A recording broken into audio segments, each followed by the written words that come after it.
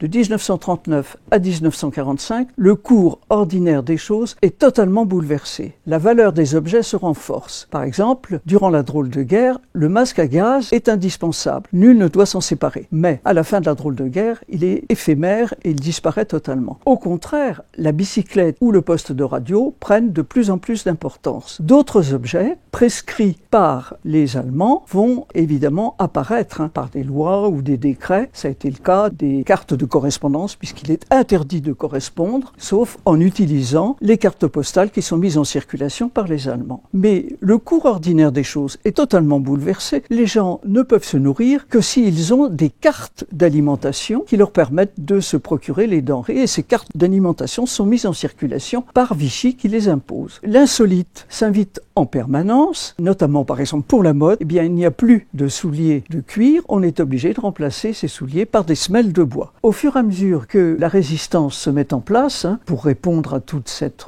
propagande, d'autres objets vont apparaître, tels que par exemple les tracts, ou bien les renéos, qui serviront à imprimer les journaux clandestins, et au fur et à mesure aussi que des liens apparaissent avec Londres, où les Alliés, des postes émetteurs vont pouvoir être envoyés en France occupée. Ces postes émetteurs qui vont servir à correspondre avec Londres d'ailleurs. Également des armes, et des armes qui seront utilisées par les maquis. Au moment du débarquement, la population est émerveillée par le pactage des Américains. Elle découvre quelque chose qu'elle n'a jamais vu, notamment la bouteille de Coca-Cola, mais également les casques américains qui servent de cuvette aux Américains. Et ça sera un émerveillement. Et avec la libération, eh bien, c'est le triomphe des trois couleurs qui réapparaissent. Les femmes qui ont gardé des robes bleu, blanc, rouge, mais aussi les mouchoirs où on voit vivre les Alliés, les broches. Tout ceci a un succès considérable. Et la fin de la guerre, le 8 mai 1945, eh bien, ce sont les journaux qui vont triompher au grand jour, mais en même temps, on va découvrir l'horreur des camps de concentration.